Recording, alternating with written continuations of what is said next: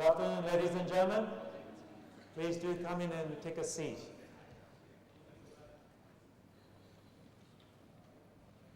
We'll just let the last few stragglers come back with their coffee high.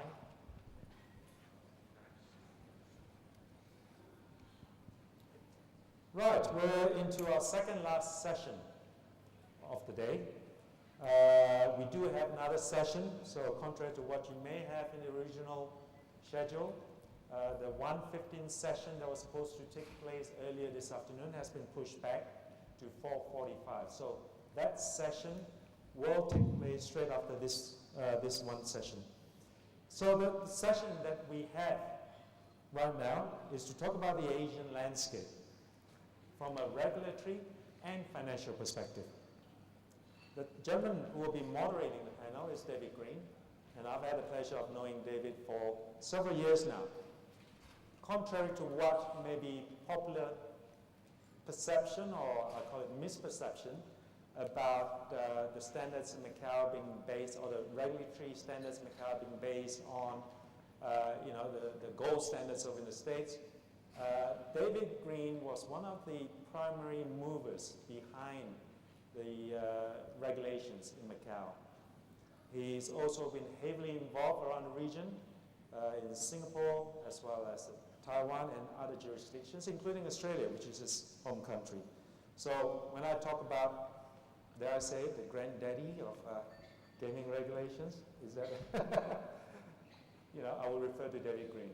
So without further ado, I would leave it to David to introduce his fellow panel speakers. Please welcome them.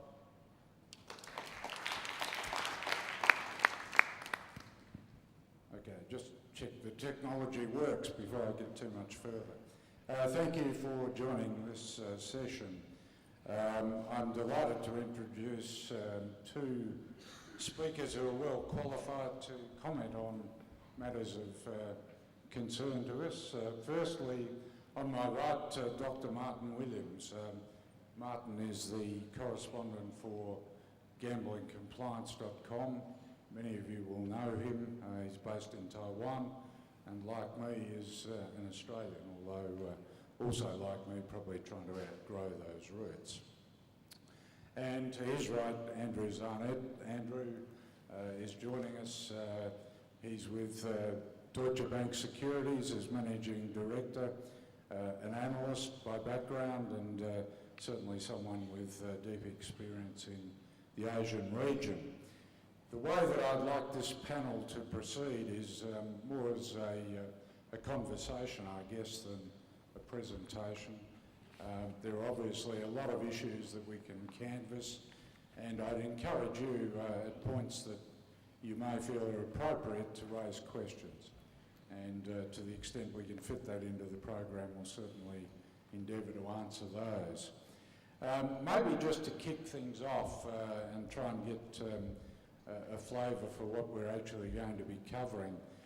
Andrew, I'll address this question to you if I may. We've seen an arms race recently in regard to the pursuit of new jurisdictions, new opportunities, extravagant amounts of money being spent on IRs.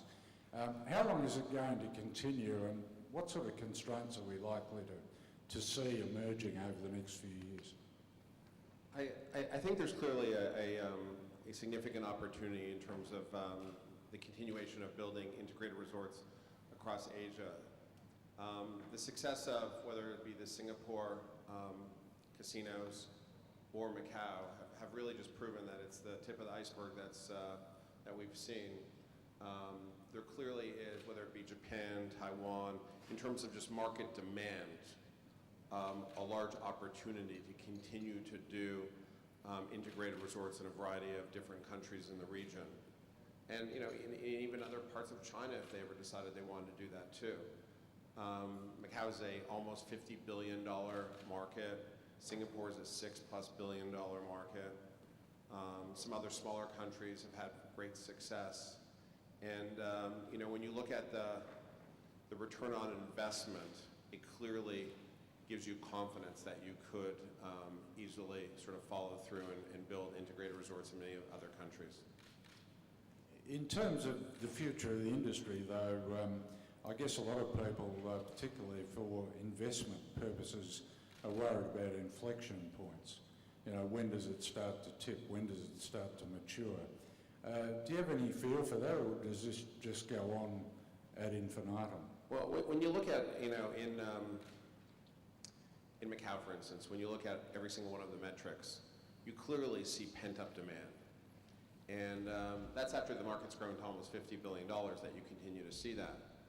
So it tells you, and clearly the government, who has now approved 6+ additional hotel casinos with lots more rooms and amenities and, you know, that are a little bit different than what exists today on Cotai, is encouraged that that market is a lot bigger than it is.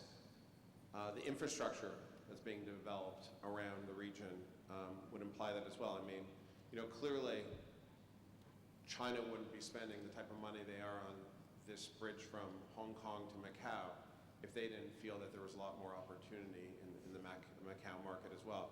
So, you know, we've really just scratched the surface, and there is a lot more opportunity.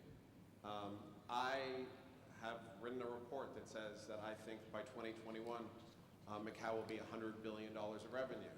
And it was pretty easy to do that. I mean, taking 6% GDP growth and coupling with it the new supply that's coming online, including the advantages of the infrastructure, you would pretty easily get to $100 billion. So that's plenty of opportunity. And you know, that should encourage other regions to want to get involved as well. And we've seen, you know, in part like the Philippines, Singapore, and obviously there's a lot of excitement about Japan right now. Yeah, just let's segue into Japan for a moment. I guess quite a few people were in Japan last week for the Congress. Mixed signals coming out of Japan.